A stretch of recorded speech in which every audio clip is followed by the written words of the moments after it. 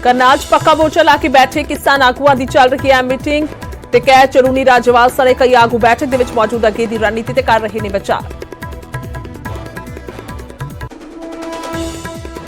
कांग्रेस तो पैसे लैण दे इल्जामां नूं कांग्रेस किसान आगू गुरनाम चरूनी ने सिरे तो कीता खारिज। पुछया बीजेपी लीडरां दे कोल की सबूत। हरियाणा दे मंत्री जेपी दलाल ने पैसे लैके माहौल खराब करने दे लाए इल्जाम। किसान अंदोलन विचाले बीजेपी ने पंजाब विधानसभा चोणां लई कसी तैयारी। गजिंदर सिंह शेखावत नूं लगाया पंजाब कायदा इंचार्ज। हरदीप पुरी, मीनाक्षी लेखी ते विनोद चावड़ा सह इंचार्ज।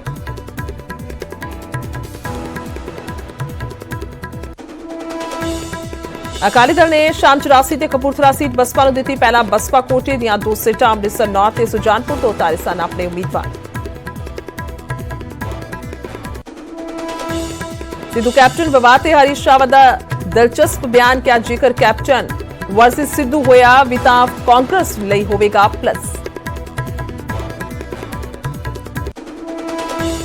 बटाला नूं जिला बनाउण दी मंग नूं लैके कैप्टन अते बाकी मंत्रियों विचाले होर वधी तलखी। कैप्टन दे जवाब ते बाकी मंत्रियों दा पलटवार। किया तुहाडे वल्लों मेल मिलाप बंद होण करके चिट्ठी लिखण दी पई लोड़। प्रताप बाजवा ते भी कस्या तंज। विधानसभा की नवी इमारत बनाने की योजना बना रही हरियाणा सरकार। मुख्यमंत्री मनोहर लाल ने गृह मंत्री नूं चिट्ठी लिख मंगी 10 एकड़ जमीन। बोले हरियाणा के हिस्से ते अज भी पंजाब का कब्जा। सूबे नूं अपनी नवी विधानसभा की लोड़।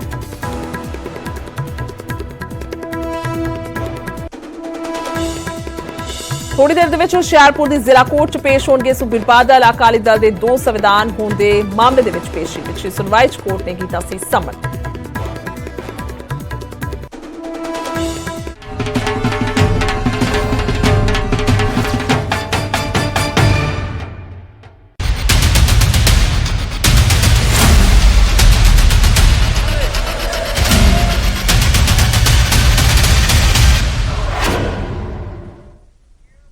सत श्री अकाल, बहुत बहुत स्वागत है। मैं थोड़े नाल खुशबू संधू, तुसीं वेख रहे हो न्यूज़ 18 पंजाब हरियाणा हिमाचल। ते गल कीती जावे तां किसानां दा करनाल मोर्चा एक वड्डा अंदोलन कह सकते हैं जिथे चल रहा सी ते उत्थे ही किसानां ने करनाल दे विच जिहड़ा मोर्चा लगाया है। उस दे नाल जुड़ी वड्डी खबर है किसानां दे करनाल मोर्चे दे नाल जुड़ी वड्डी खबर। करनाल दे विच किसान आगूआं दी अहम बैठक जारी है ते कह चरूनी राजेवाल दे सने कई आगू जिहड़े ने मौजूद ने। अगे दी रणनीति ते विचार किया जा रहा है। कल तो मरी सकत्तरीत दे बाहर डटे हुए ने किसान और देर रात तक दस दईए कि उत्थे इसे तरह दे नाल धरना चढ़ा जारी रहा सी। और हुण भी एक वड्डा बयान आउंदा होया नजर आया है कि इसे तरह दे नाल धरना जारी रहेगा जब तक मंगां नहीं मनियां जांदियां। करनाल दे विच होए लाठीचार्ज नूं लैके ही यह महापंचायत दा ऐलान और सकैतरेट दा घेराव करन दा ऐलान किया होया सी, जिस तो बाद प्रशासन दे वल्लों इंटरनेट और SMS सर्विस ते रोक लगा दी गई सी। और बीते दिन भी उत्थे जम के हंगामा रहा। तो न्यूज़ 18 दी लगभग नजर जिहड़ी है बाकायदा तौर पर बनी हुई है तिखी कि आखिरकार की कुछ हालात ने। और हाल ही की भी वड्डी खबर तुहानूं विखा रहे हैं क्योंकि इत्थे पक्का मोर्चा कह सकते हैं लगाया हुआ है। और मंगां जिहड़ियां ने ओईओ ने कि इंसाफ दिता जाए उस मामले नूं लैके जदों लाठीचार्ज होया सी। सुखविंदर चरूनी राजेवाल दे सने कई आगू जिहड़े ने वो इत्थे मौजूद ने और लगातार तस्वीरां तुहाडे तक पहुंचा रहे हैं कि काफी देर की कोई तस्वीर उत्थे बंद नजर आ रही है। हालांकि दस दईए कि इंटरनेट सेवा जिहड़ी है उत्थे बंद की हुई है।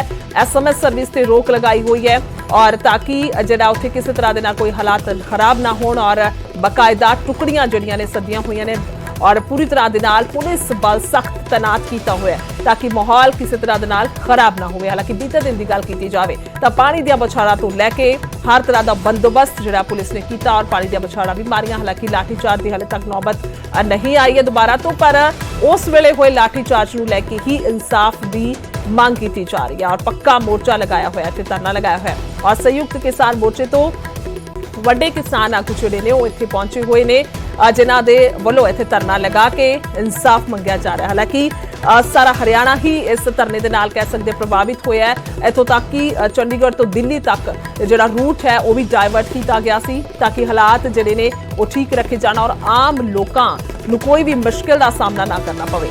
सो किसानां दे मोर्चे दे नाल जुड़ी ये वड्डी खबर है और लगातार की कुछ अपडेट हैगी है। सो मेरे सहयोगी पंकज कपाही ने साडे नाल गलबात लई। जी पंकज, की कुछ इस वेले दे इत्थे हालात बने हुए ने? देखो गुरजोत, इस वेले प्रशासन के इंतजार किया जा रहा है कि वो कॉल नहीं बुलाण क्योंकि कल 3 बार बैठक हुई सी लेकिन बेसिट्टा रही क्योंकि किसानों की यह मंग है कि जो SCM सी ਉਸ ਨੂੰ ਬਰਖਾਸਤ ਕੀਤਾ ਜਾਣਾ ਚਾਹੀਦਾ, ਸਸਪੈਂਡ ਕੀਤਾ ਜਾਣਾ ਚਾਹੀਦਾ ਵਾ ਔਰ ਪ੍ਰਸ਼ਾਸਨ ਨੇ ਇਸ ਮੰਗ ਨੂੰ ਅਜੇ ਤੱਕ ਨਹੀਂ ਮੰਨਿਆ। ਮੈਂ ਤਸਵੀਰਾਂ ਦੇ ਜ਼ਰੀਏ ਇੱਕ ਵਾਰ ਦਿਖਾਣਾ ਚਾਹੂੰਗਾ ਇਸ ਵੇਲੇ ਦੇ ਹਾਲਾਤ। ਕਿਸਾਨ ਜਿਹੜੇ ਨੇ ਉਹ ਲਗਾਤਾਰ ਇੱਥੇ ਡਟੇ ਹੋਏ ਨੇ। ਇਹ ਸਚਿਵਾਲੇ ਦੇ ਬਾਹਰ ਦੀਆਂ ਤਸਵੀਰਾਂ ਨੇ। ਇੱਥੇ ਕਿਸਾਨ ਕੱਲ ਤੋਂ ਹੀ ਲਗਾਤਾਰ ਡਟੇ ਹੋਏ ਨੇ। ਇੱਥੇ ਟੈਂਟ ਵੀ ਲਗਾ ਦਿੱਤੇ ਗਏ ਨੇ ਔਰ ਇੰਤਜ਼ਾਰ ਕੀਤਾ ਜਾ ਰਿਹਾ ਕਿ ਪ੍ਰਸ਼ਾਸਨ ਦੀ ਕੋਲ ਆਏਗੀ ਤੇ ਉਹਨਾਂ ਨਾਲ ਗੱਲਬਾਤ ਕੀਤੀ ਜਾਏਗੀ, ਕਿਉਂਕਿ ਲਗਾਤਾਰ ਇਹ ਕਿਹਾ ਜਾ ਰਿਹਾ ਕਿ ਉਸ ਐਸਡੀਐਮ ਨੂੰ ਸਸਪੈਂਡ ਹੀ ਕਰਵਾਉਣਾ ਹੋਏਗਾ। ਕੁਝ ਲੋਕ ਜਿਹੜੇ ਇੱਥੇ ਆਏ ਨੇ ਉਹਨਾਂ ਨਾਲ ਗੱਲਬਾਤ ਵੀ ਕਰ ਲੈਂਦੇ ਆ। ਤੁਸੀਂ ਕਿੱਥੋਂ ਆਏ ਹੋ और किस तरीके के नाल देखते हो कल बैठक बेसिट्टा रही है? देखिए, कल बैठक बेनतीजा रही है। उसके पीछे कारण क्या था कि उन्होंने हमारी जो पहली मांग थी कि एसडीएम को संबंधित अधिकारी को सस्पेंड किया जाए, तो प्रशासन ने उस पहली मांग पर ही इतने पेच अड़ा दिए। उन्होंने कहा कि हम सस्पेंशन नहीं कर सकते, क्योंकि वो जब तक डिपार्टमेंटल कोई इंक्वायरी नहीं होगी तब तक हम सस्पेंशन नहीं कर सकते। हालांकि तर्क ये बनना चाहिए था कि सस्पेंशन का मतलब ये नहीं होता कि उसको डिसमिस करना। सस्पेंशन का मतलब ये है कि जब तक आप अपनी कार्रवाई पूरी ना कर लेते, जब तक आप अपनी जांच पूरी ना कर लेते, तब तक उसको सस्पेंड। प्रशासन ने आज बुलाया नहीं, कल 3 बार बैठक बेसिट्टा रही थी। प्रशासन ਨਾਲ ਕੋਈ ਗੱਲਬਾਤ चल रही है इस वे? देखिए, प्रशासन की अभी कोई नहीं सर, लेकिन हमारी जो इंटरनल कोर कमेटी है जिसमें मुख्य रूप से राकेश टिकैत जी, कॉमरेड इंद्रजीत जी, योगेंद्र यादव जी, उन लोगों की मीटिंग चल रही है हमारे स्थानीय एक स्थान पर। और उसके बाद हमारा क्या अगला फैसला होगा, क्या अगला रूप होगा, और वो रुख साफ तौर पर यह है कि इस वे राकेश टिकैत हो रही मीटिंग कर रहे हैं कि प्रशासन ने की गलबात कर रही है? देखिए, प्रशासन से हमारी आज भी वही मांग है कि आप सस्पेंशन करवाइए, और सेकंडली हमारा जो किसान जो शहीद हुआ है उसको 25 लाख का मुआवजा, जो इंजर्ड किसान है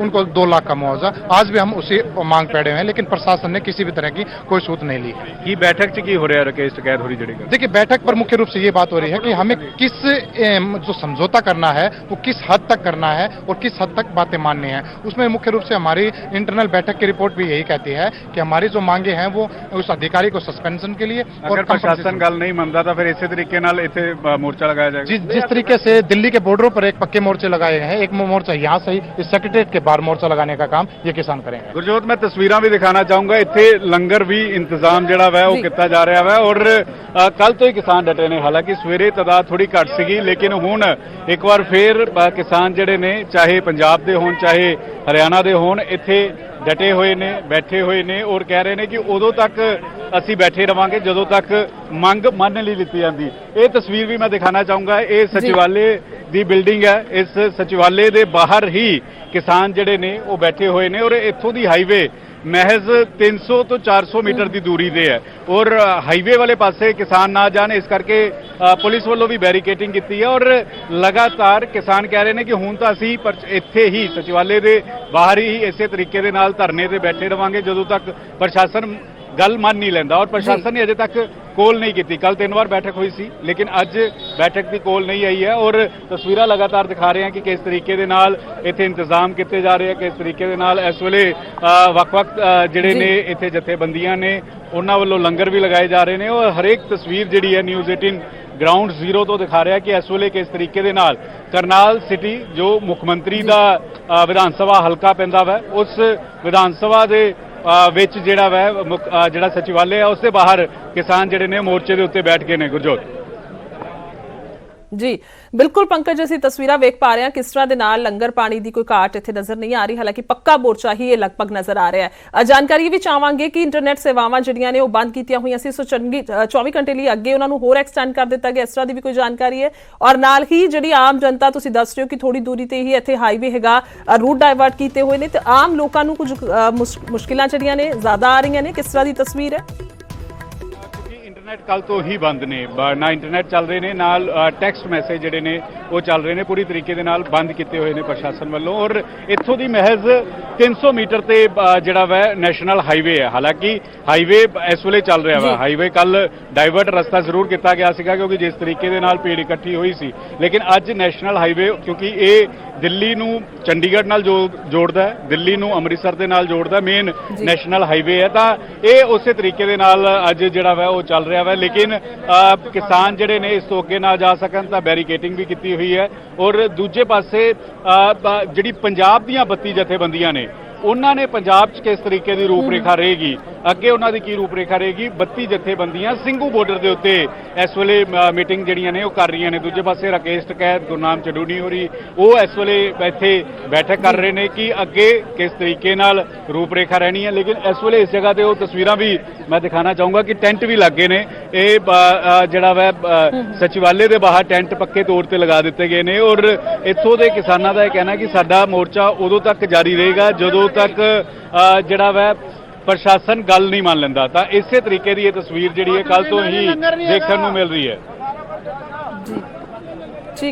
ठीक है पंकज, फिलहाल जानकारी के लिए बहुत बहुत शुक्रिया और लगातार ग्राउंड जीरो तो रिपोर्ट थोड़े हवाले तो वेखते रहांगे। धन्यवाद है फिलहाल और लगातार तस्वीरां विखा पा रहे हैं और पक्का मोर्चा जिहड़ा लग चुका है, टेंट जिहड़े ने वो लग चुके हैं और साफ तौर पर किसानों ने कहा जदों तक बर्खास्त नहीं होंगे वो SDM जिन्हां ने वो हुक्म दिते सी, जिन्हां दी वीडियो वायरल हुई सी और इंसाफ नहीं मिलता, मुआवजा जिहड़ा बकायदा एक मृतक सी उन्होंने 25 लाख ते दूसरिਆਂ ਨੂੰ ਜ਼ਖਮੀਆਂ ਨੂੰ 2-2 ਲੱਖ रुपए नहीं मिलता। सो उस ते मंग ते अड़े हुए ने, वो मंग पूरी नहीं होंदी उदों तक पक्का मोर्चा जारी रहेगा। और फिलहाल मीटिंग चल रही है, मीटिंग संयुक्त किसान मोर्चे की भी सिंघ बॉर्डर से चल रही है, जो जानकारी आई है और उत्थे भी हुण अगली रणनीति का ऐलान होएगा। हालांकि गल की जाए यूपी मिशन मुजफ्फरनगर च एक वड्डी रैली किसानां ने की सी, उस तो इलावा ਵੱਖ-ਵੱਖ ਥਾਵਾਂ ਤੇ भी रैलियां किसानां ਦੀਆਂ जारी ने और हुण दी गल की जाए तो हरियाणा का करनाल इस वेले कह सकते हैं कि अद्धा सिंघू बॉर्डर बंदा हुआ नजर आ रहा है, जिथे पक्का मोर्चा लग चुके हैं और इत्थे टेंट जिहड़े ने बकायदा लगा दिते गए ने और हुण उदों तक ये धरना किसानां दे मुताबिक जारी रहेगा जब तक प्रशासन इन्हां दी गल नहीं मानदा। हालांकि इस वेले गल की जाए तो हाईवे हालांकि जारी है, उत्थे लोकां दी आवाजाही जारी है, पर बाकी थावां ते करनाल दे आले दुआले प्रभावित हुई आवाजाही।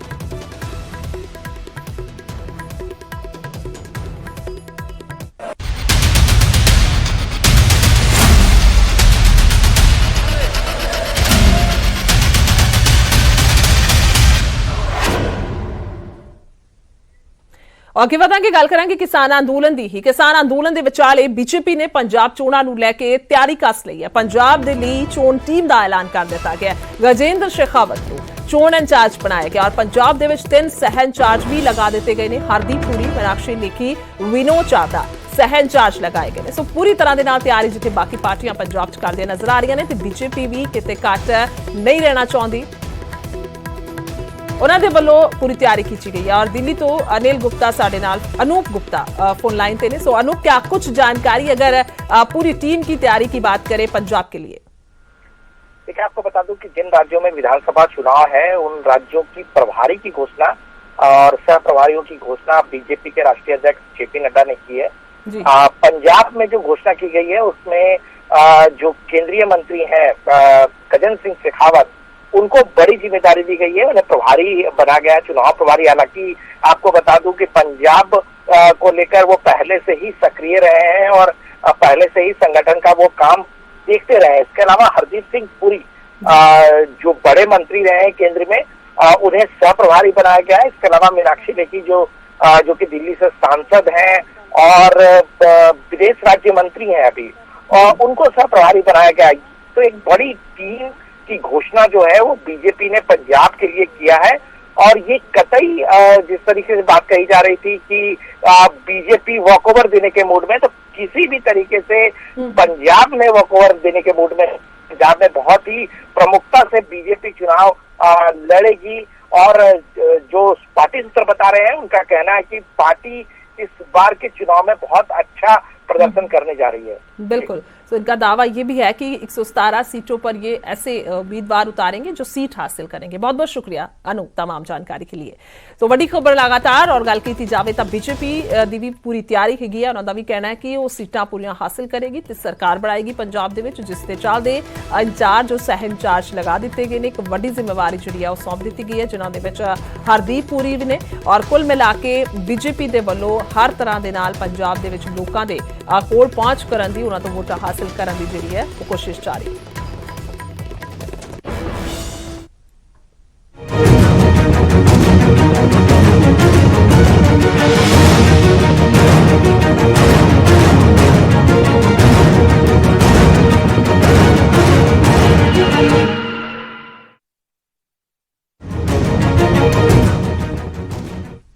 ਸੋ ਫਾਈਟ ਤੋਂ ਫਾਇਦਾ। ਔਰ ਪੰਜਾਬ ਕਾਂਗਰਸ ਦੀ ਗੱਲ ਕੀਤੀ ਜਾਏ ਤਾਂ ਪੰਜਾਬ ਕਾਂਗਰਸ ਦੇ ਕਲੇਸ਼ ਤੇ ਰਾਵਤ ਦਾ ਵੱਡਾ ਬਿਆਨ ਸਾਹਮਣੇ ਆਇਆ। ਕੈਪਟਨ ਅਤੇ ਸਿੱਧੂ ਦੇ ਵਿਚਾਲੇ ਜਾਰੀ ਜੰਗ ਤੇ ਦਿਲਚਸਪ ਬਿਆਨ ਦਿੰਦੇ ਹੋਏ ਨਜ਼ਰ ਆਏ ਨੇ। ਜੇ ਕੈਪਟਨ ਵਰਸਸ ਸਿੱਧੂ ਵੀ ਹੋਇਆ ਤਾਂ ਕਾਂਗਰਸ ਲਈ ਪਲੱਸ ਹੈ। ਇੱਕ ਵੱਡਾ ਬਿਆਨ ਹਰੀਸ਼ ਰਾਵਤ ਨੇ ਦਿੱਤਾ। ਇੰਚਾਰਜ ਨੇ ਪੰਜਾਬ ਕਾਂਗਰਸ ਦੇ ਦੱਸ ਦਈਏ ਕਿ ਲਗਾਤਾਰ ਜੋ ਆਪਸੀ ਕਲੇਸ਼ ਚੱਲ ਰਿਹਾ ਉਸ ਦੇ ਲਈ ਵੀ ਸਮਝੌਤੇ ਲਈ ਆਪਸੀ ਮਨਮੁਟਾਵ ਮਿਟਾਉਣ ਦੇ ਲਈ ਲਗਾਤਾਰ ਕੋਸ਼ਿਸ਼ਾਂ ਹਰੀਸ਼ ਰਾਵਤ ਦੇ ਵੱਲੋਂ ਕੀਤੀਆਂ ਜਾਂਦੀਆਂ ਨੇ। ਸੋ ਹੁਣ ਇੱਕ ਵੱਡਾ ਔਰ ਦਿਲਚਸਪ ਬਿਆਨ ਦਿੰਦੇ ਹੋਏ ਨਜ਼ਰ ਆ ਰਹੇ ਨੇ ਔਰ ਇਸ ਬਿਆਨ ਦੇ ਕੀ ਕੁਝ ਮਾਇਨੇ ਨੇ ਇਹ ਵੀ ਸਵਾਲ ਖੜੇ ਹੋ ਰਹੇ ਨੇ। ਸੋ ਜੇ ਕੈਪਟਨ ਵਰਸਸ ਸਿੱਧੂ ਵੀ ਹੋਇਆ ਤਾਂ ਕਾਂਗਰਸ ਲਈ ਪਲੱਸ ਹੋਏਗਾ। ਸੋ ਕੀ ਮਾਇਨੇ ਨੇ ਹਰੀਸ਼ ਰਾਵਤ ਦੇ ਬਿਆਨ ਦੇ?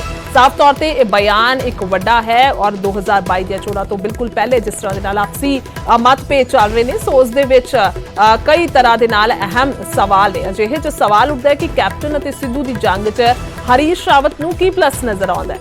ਕਿ ਕਾਂਗਰਸ ਨੂੰ ਉਮੀਦ ਹੈ ਕਿ ਕੈਪਟਨ ਅਤੇ ਸਿੱਧੂ ਦੀ ਜੰਗ ਦੇ ਨਾਲ ਇਹ ਦੋਵੇਂ ਖੇਮੇ ਜਿੱਤ ਦੇ ਲਈ ਪੂਰੀ ਤਾਕਤ ਲਗਾਉਣਗੇ? ਸਵਾਲ ਇਹ ਵੱਡੇ ਨੇ। ਕੈਪਟਨ ਤੋਂ ਨਾਰਾਜ਼ ਵੋਟ ਸਿੱਧੂ ਖੇਮੇ ਦੇ ਵਿੱਚ ਅਤੇ ਸਿੱਧੂ ਤੋਂ ਨਾਰਾਜ਼ ਵੋਟ ਕੈਪਟਨ ਖੇਮੇ 'ਚ ਟ੍ਰਾਂਸਫਰ ਹੋ ਸਕਦਾ ਹੈ। ਇਹ ਵੀ ਸਵਾਲ ਹੈ ਕਿ ਅੰਦਰੂਨੀ ਲੜਾਈ ਦੇ ਨਾਲ ਵਿਰੋਧੀਆਂ ਨੂੰ ਖਿਸਕਣ ਵਾਲੇ ਜਿਹੜੇ ਵੋਟ ਨੇ ਉਹ ਰੁਕਣਗੇ?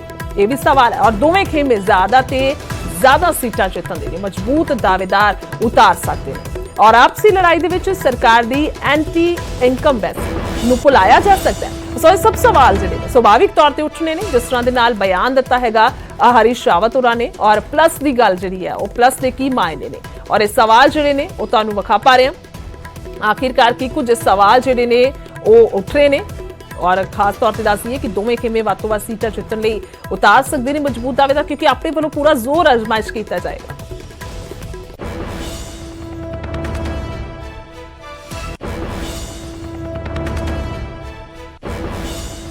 बलपूर्वक कहते हैं, शक्ति के साथ कहते हैं और लोगों को लगता है कि आप तो कुछ झगड़ा होगा, लेकिन ऐसा नहीं है।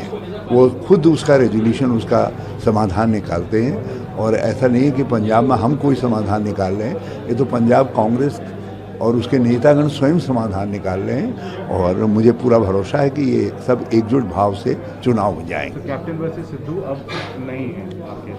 यदि होगा भी जब तो ये कांग्रेस के लिए प्लस होगा। लोग अपनी बात कहते हैं, बलपूर्वक कहते हैं, शक्ति के साथ कहते हैं और लोगों को लगता है कि आप तो कुछ झगड़ा होगा, लेकिन ऐसा नहीं है। वो खुद उसका रेजोल्यूशन उसका समाधान निकालते हैं और ऐसा नहीं है कि पंजाब में हम कोई समाधान निकाल रहे हैं। ये तो पंजाब कांग्रेस और उसके नेतागण स्वयं समाधान निकाल रहे हैं और मुझे पूरा भरोसा है कि ये सब एकजुट भाव से चुनाव हो जाएंगे। तो कैप्टन वर्सेस सिद्धू अब नहीं है आपके? यदि होगा भी जब तो ये कांग्रेस के लिए प्लस होगा। ਸੋ ਕਈ ਤਰ੍ਹਾਂ ਦੇ ਸਵਾਲ ਨੇ ਔਰ ਬਿਆਨ ਦਿੱਤਾ ਗਿਆ ਹਰੀਸ਼ ਰਾਵਤ ਹੋਰਾਂ ਦੇ ਵੱਲੋਂ। ਸੋ ਅਜਿਹੇ ਦੇ ਵਿੱਚ ਸਵਾਲ ਉੱਠਦਾ ਹੈ ਕਿ ਕੈਪਟਨ ਅਤੇ ਸਿੱਧੂ ਦੀ ਜੰਗ 'ਚ ਹਰੀਸ਼ ਰਾਵਤ ਨੂੰ ਪਲੱਸ ਨਜ਼ਰ ਕੀ ਆਉਂਦਾ ਹੈ? ਸੋ ਸਵਾਲ ਇੱਥੇ ਉੱਠਦਾ ਦੋਵੇਂ ਖੇਮੇ ਜਿੱਤ ਲਈ ਪੂਰੀ ਤਾਕਤ ਲਗਾਉਣਗੇ। ਕੈਪਟਨ ਤੋਂ ਨਾਰਾਜ਼ ਵੋਟ ਸਿੱਧੂ ਖੇਮੇ ਦੇ ਵਿੱਚ ਅਤੇ ਸਿੱਧੂ ਤੋਂ ਨਾਰਾਜ਼ ਵੋਟ ਕੈਪਟਨ ਖੇਮੇ ਦੇ ਵਿੱਚ ਟ੍ਰਾਂਸਫਰ ਹੋ ਸਕਦਾ ਹੈ। ਸਵਾਲ ਜਿਹੜਾ ਸ਼ੁਰੂਆਤ ਤੋਂ ਲੈਂਦੇ ਸੋ ਕੈਪਟਨ ਤੇ ਸਿੱਧੂ ਖੇਮਾ ਜਿੱਤ ਲਈ ਪੂਰੀ ਤਾਕਤ ਲਗਾਵੇਗਾ ਔਰ ਟ੍ਰਾਂਸਫਰ ਹੋ ਸਕਦਾ ਵੋਟ? ਇਹ ਵੀ ਸਵਾਲ ਹੈ। ਔਰ ਕੀ ਅੰਦਰੂਨੀ ਲੜਾਈ ਦੇ ਨਾਲ ਵਿਰੋਧੀਆਂ ਨੂੰ ਖਿਸਕਣ ਵਾਲੇ ਵੋਟ ਰੁਕਣਗੇ ਔਰ ਦੋਵੇਂ ਖੇਮੇ ਜ਼ਿਆਦਾ ਤੋਂ ਜ਼ਿਆਦਾ ਸੀਟ ਜਿੱਤਣ ਲਈ ਮਜ਼ਬੂਤ ਦਾਅਵੇਦਾਰ ਉਤਾਰ ਸਕਦੇ ਨੇ ਔਰ ਇਹ ਵੀ ਸਵਾਲ ਹੈ ਕਿ ਆਪਸੀ ਲੜਾਈ ਦੇ ਵਿੱਚ ਸਰਕਾਰ ਦੀ ਐਂਟੀ ਇਨਕੰਬੈਂਸੀ ਨੂੰ ਭੁਲਾਇਆ ਜਾ ਸਕਦਾ ਹੈ। ਸੋ ਕਿਸ ਤਰ੍ਹਾਂ ਦੇ ਨਾਲ ਕਾਂਗਰਸ ਨੂੰ ਇਸ ਦੇ ਫਾਇਦੇ ਦੀ ਉਮੀਦ ਹੈ? ਹਰੀਸ਼ ਰਾਵਤ ਉਹਨਾਂ ਦੇ ਬਿਆਨ ਦੇ ਕੀ ਮਾਇਨੇ ਨਿਕਲਦੇ ਨੇ ਉਸ ਦੇ ਲਈ ਇਹ ਸਭ ਸਵਾਲ ਖੁਦ ਬ ਖੁਦ ਬਰਕਰਾਰ ਹੋ ਜਾਂਦੇ ਨੇ ਕਿਉਂਕਿ ਜੋ ਕੁਝ ਤਸਵੀਰ ਨਜ਼ਰ ਆ ਰਹੀ ਹੈ ਆਪਸੀ ਮਤਭੇਦ ਆਪਸੀ ਕਲੇਸ਼ ਨਜ਼ਰ ਆ ਰਿਹਾ ਹੈ ਪੰਜਾਬ ਕਾਂਗਰਸ ਦੇ ਵਿੱਚ ਉਸ ਨੂੰ ਸੁਲਝਾਉਣ ਦੀ ਲਈ ਜਿੱਥੇ ਕੋਸ਼ਿਸ਼ਾਂ ਵੀ ਜਾਰੀ ਨੇ ਤਾਂ ਕਿ ਇਕਜੁੱਟ ਹੋ ਕੇ ਸਾਰੇ ਲੜਨ ਪਰ ਜੇਕਰ ਸਿੱਧੂ ਵਰਸਸ ਕੈਪਟਨ ਖੇਮਾ ਰਹਿੰਦਾ ਵੀ ਹੈ ਤਾਂ ਉਸ ਦੇ ਵੀ ਹੁਣ ਫਾਇਦੇ ਨਜ਼ਰ ਆ ਰਹੇ ਨੇ। ਸੋ ਆਖਿਰਕਾਰ ਕੀ ਕੁਝ ਇਸ ਦੇ ਮਾਇਨੇ ਨੇ? ਗੁਰਕੀਰਤ ਕੋਟਲੀ ਸਾਡੇ ਨਾਲ ਕਾਂਗਰਸ ਤੋਂ ਵਿਧਾਇਕ ਮੌਜੂਦ ਨੇ ਗੱਲਬਾਤ ਦੀ। ਕੋਟਲੀ ਸਾਹਿਬ, ਜੇਕਰ ਹਰੀਸ਼ ਰਾਵਤ ਦੇ ਇਸ ਬਿਆਨ ਦੀ ਗੱਲ ਕੀਤੀ ਜਾਵੇ ਤਾਂ ਕੀ ਕੁਝ ਮਾਇਨੇ ਨਿਕਲਦੇ ਨੇ? ਤੁਹਾਨੂੰ ਕੀ ਲੱਗਦਾ ਹੈ? ਦੇਖੋ, ਹਰੀਸ਼ ਰਾਵਤ ਜੀ ਸਾਡੇ ਇੰਚਾਰਜ ਨੇ, ਉਹ ਜੋ ਕਹਿੰਦੇ ਨੇ ਬਿਲਕੁਲ ਠੀਕ ਕਹਿ ਰਹੇ ਨੇ ਕਿ ਕਾਂਗਰਸ ਪਾਰਟੀ ਦੇਖੋ ਵੱਡੀ ਹੁੰਦੀ ਹੈ, ਕੋਈ ਇੰਡੀਵਿਜੂਅਲ ਨਹੀਂ ਵੱਡਾ ਹੁੰਦਾ ਤੇ ਸਾਰੇ ਕੰਮ ਕਰਦੇ ਨੇ ਅਲੱਗ-ਅਲੱਗ ਅਹੁਦਿਆਂ ਦੇ ਉੱਤੇ ਰਹਿ ਕੇ। ਮੁੱਖ ਮੰਤਰੀ ਜੀ ਦਾ ਆਪਣਾ ਉਹਨਾਂ ਦਾ ਰੋਲ ਹੈਗਾ, ਨਵਜੋਤ ਸਿੰਘ ਸਿੱਧੂ ਜੀ PCC ਪ੍ਰੈਜ਼ੀਡੈਂਟ ਦੇ ਤੌਰ ਤੇ ਕੰਮ ਕਰ ਰਹੇ ਨੇ। ਸੋ ਸਾਰੇ ਪਾਰਟੀ ਲਈ ਕੰਮ ਕਰਦੇ ਨੇ। ਸੋ ਮਜ਼ਬੂਤ ਪਾਰਟੀ ਹੁੰਦੀ ਹੈ, ਕੋਈ ਇੰਡੀਵਿਜੂਅਲ ਮਜ਼ਬੂਤ ਨਹੀਂ ਹੁੰਦਾ।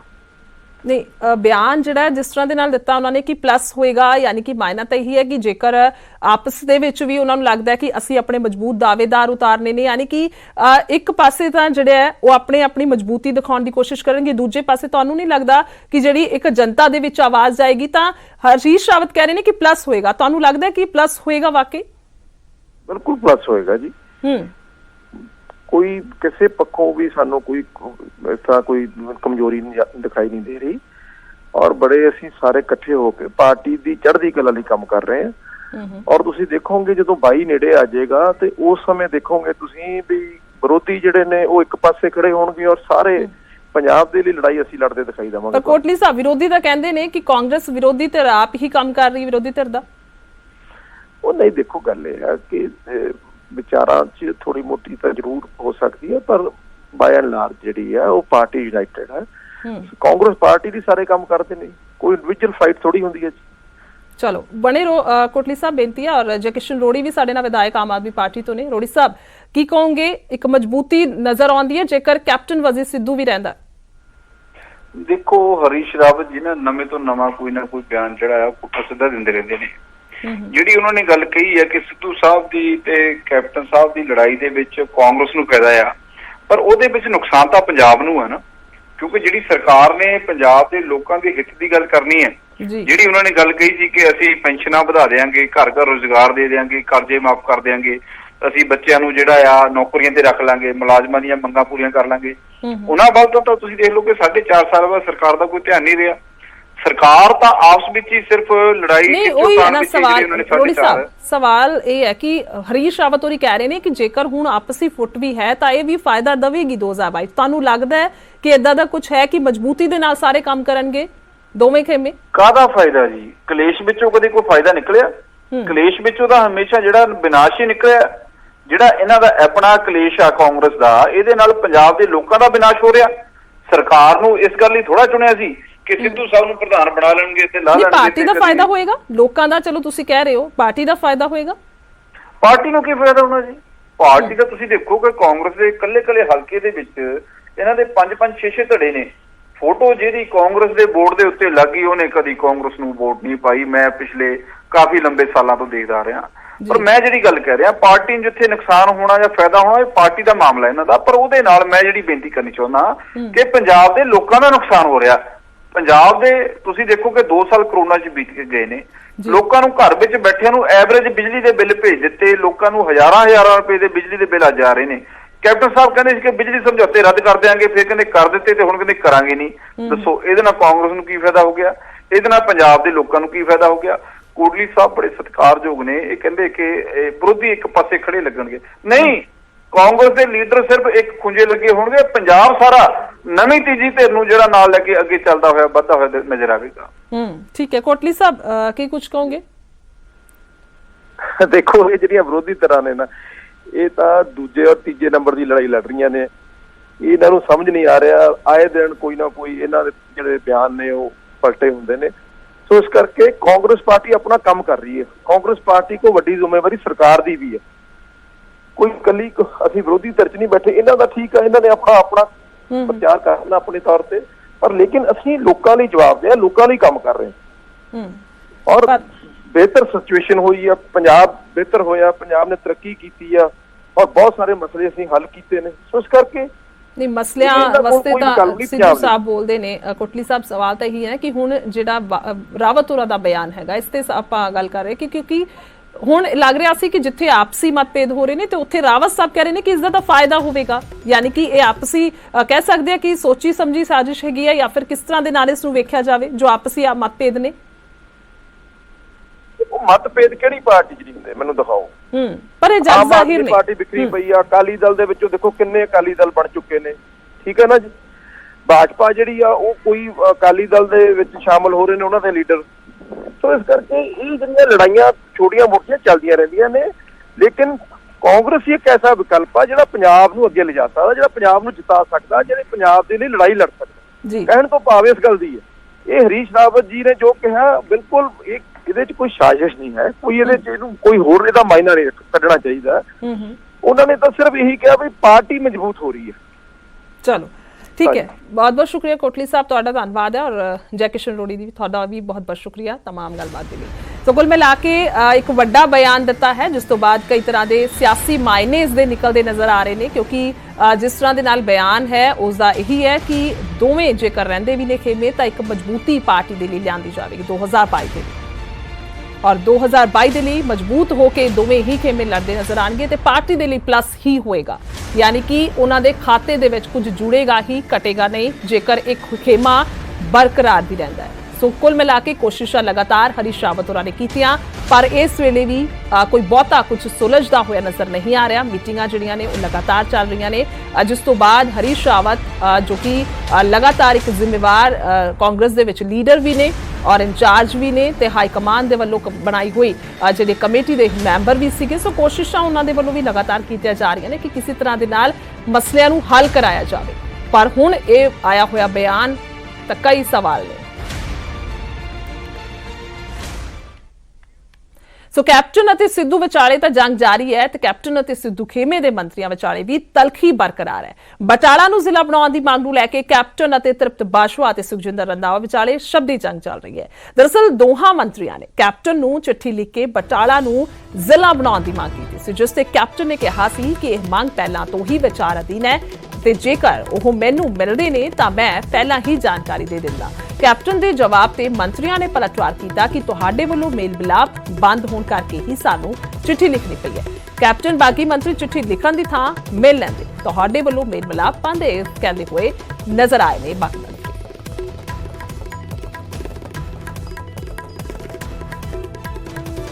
ਸੋ ਉਹਨਾਂ ਨੇ ਕਿਹਾ ਕਿ ਕਈ ਹੋਰ ਲੋਕ ਜਿਹੜੇ ਨੇ ਉਹ ਮੰਗ ਕਰ ਚੁੱਕੇ ਨੇ। ਉਧਰ ਸੁਖਜਿੰਦਰ ਰੰਧਾਵਾ ਤੇ ਤ੍ਰਿਪਤ ਬਾਜਵਾ ਕਹਿੰਦੇ ਨਜ਼ਰ ਆਏ ਨੇ ਕਿ ਪ੍ਰਤਾਪ ਬਾਜਵਾ ਨੂੰ ਵੀ ਚਿੱਠੀ ਲਿਖਣ ਦੀ ਕੀ ਲੋੜ ਹੈ, ਉਹਨਾਂ ਨੇ ਵੀ ਸਵਾਲ ਕੀਤਾ। ਸੋ ਇਹ ਚਿੱਠੀ ਜਿਹੜੀ ਹੈ ਉਹ ਲਿਖੀ ਗਈ ਸੀ, ਜਿਸ ਤੋਂ ਬਾਅਦ ਇਹ ਬਿਆਨ ਕੈਪਟਨ ਅਮਰਿੰਦਰ ਸਿੰਘ ਦਾ ਤੇ ਉਸ ਤੋਂ ਬਾਅਦ ਇਹ ਬਿਆਨ ਸੁਖਜਿੰਦਰ ਰੰਧਾਵਾ ਤੇ ਤ੍ਰਿਪਤ ਬਾਜਵਾ ਦਾ ਦੱਸਿਆ ਪਿਆ ਹੈ। ਸੋ ਦੱਸ ਦਈਏ ਕਿ ਉਹੀ ਮੰਤਰੀ ਨੇ ਜਿਹੜੇ ਕਿ ਲਗਾਤਾਰ ਖਿਲਾਫਤ ਵੀ ਕਰ ਰਹੇ ਨੇ, ਜਿਸ ਤੋਂ ਬਾਅਦ ਇਹਨਾਂ ਨੇ ਕਿਹਾ ਸੀ ਕਿ ਜੇਕਰ ਕੁਝ ਹੱਲ ਹੁੰਦਾ ਤਾਂ ਅਸੀਂ ਮਿਲਦੇ ਹਾਂ, ਕੈਪਟਨ ਅਮਰਿੰਦਰ ਸਿੰਘ ਦੇ ਨਾਲ ਮੁਲਾਕਾਤ ਕਰਾਂਗੇ। ਪਰ ਕੈਪਟਨ ਅਮਰਿੰਦਰ ਸਿੰਘ ਨੇ ਕਿਹਾ ਕਿ ਇਹ ਮੰਗ ਪਹਿਲਾਂ ਹੀ ਮੇਰੇ ਕੋਲ ਚੱਲ ਰਹੀ ਹੈ ਔਰ ਉਸ ਤੋਂ ਬਾਅਦ ਜਵਾਬ ਆਉਂਦਾ ਹੈ ਮੰਤਰੀਆਂ ਦਾ ਕਿ ਆਖਿਰਕਾਰ ਜੋ ਗੱਲਬਾਤ ਬੰਦ ਹੋਈ ਸੀ ਉਸ ਤੋਂ ਬਾਅਦ ਹੀ ਸਾਨੂੰ ਚਿੱਠੀ ਲਿਖਣ ਦੀ ਲੋੜ ਪਈ ਹੈ, ਯਾਨੀ ਕਿ ਜੋ ਆਪਸੀ ਮਤਭੇਦ ਸੀ ਉਹ ਜਗ ਜ਼ਾਹਿਰ ਹੋ ਰਹੇ ਸੀ। ਹਾਲਾਂਕਿ ਇਸ ਦੇ ਕਈ ਸਿਆਸੀ ਮਾਇਨੇ ਵੀ ਨਿਕਲ ਰਹੇ ਸੀ ਜਦੋਂ ਮੰਤਰੀਆਂ ਨੇ ਮੰਗ ਕੀਤੀ ਸੀ ਕਿ ਕੈਪਟਨ ਅਮਰਿੰਦਰ ਸਿੰਘ ਨੂੰ ਅਸੀਂ ਮਿਲ ਲੈਂਦੇ ਹਾਂ ਜੇਕਰ ਕੁਝ ਮੰਗ ਤੇ ਵਿਚਾਰ ਹੁੰਦਾ ਹੈ। ਸੋ ਉਸ ਦੇ ਸਿਆਸੀ ਮਾਇਨੇ ਇਹ ਸੀ ਕਿ ਆਖਿਰਕਾਰ ਮੁਲਾਕਾਤ ਕਰਨਾ ਚਾਹੁੰਦੇ ਨੇ ਮੰਤਰੀ ਕੈਪਟਨ ਅਮਰਿੰਦਰ ਸਿੰਘ ਦੇ ਨਾਲ, ਪਰ ਉਸ ਤੋਂ ਬਾਅਦ ਜਵਾਬ ਦੇ ਕੇ ਕੈਪਟਨ ਅਮਰਿੰਦਰ ਸਿੰਘ ਦੇ ਵੱਲੋਂ ਇਹ ਸਾਫ਼ ਕਰ ਦਿੱਤਾ ਗਿਆ ਕਿ ਫਿਲਹਾਲ ਇਹ ਮੰਗ ਜਿਹੜੀ ਹੈ ਉਹ ਹੋਰ ਲੋਕ ਵੀ ਚੁੱਕ ਰਹੇ ਨੇ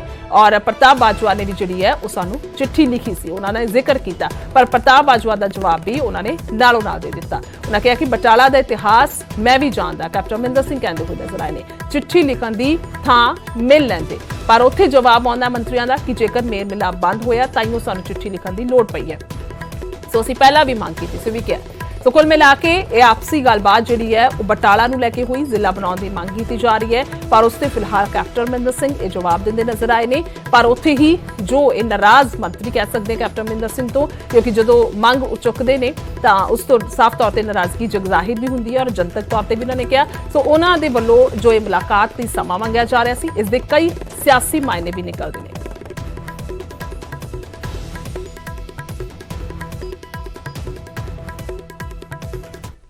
ਸੋ ਫਿਲਹਾਲ ਖਬਰਾਂ ਦੇ ਨਾਲ ਬੁਲੇਟਿਨ ਚੇਨਈ ਸੀ, ਦਿਓ ਇਜਾਜ਼ਤ, ਧੰਨਵਾਦ।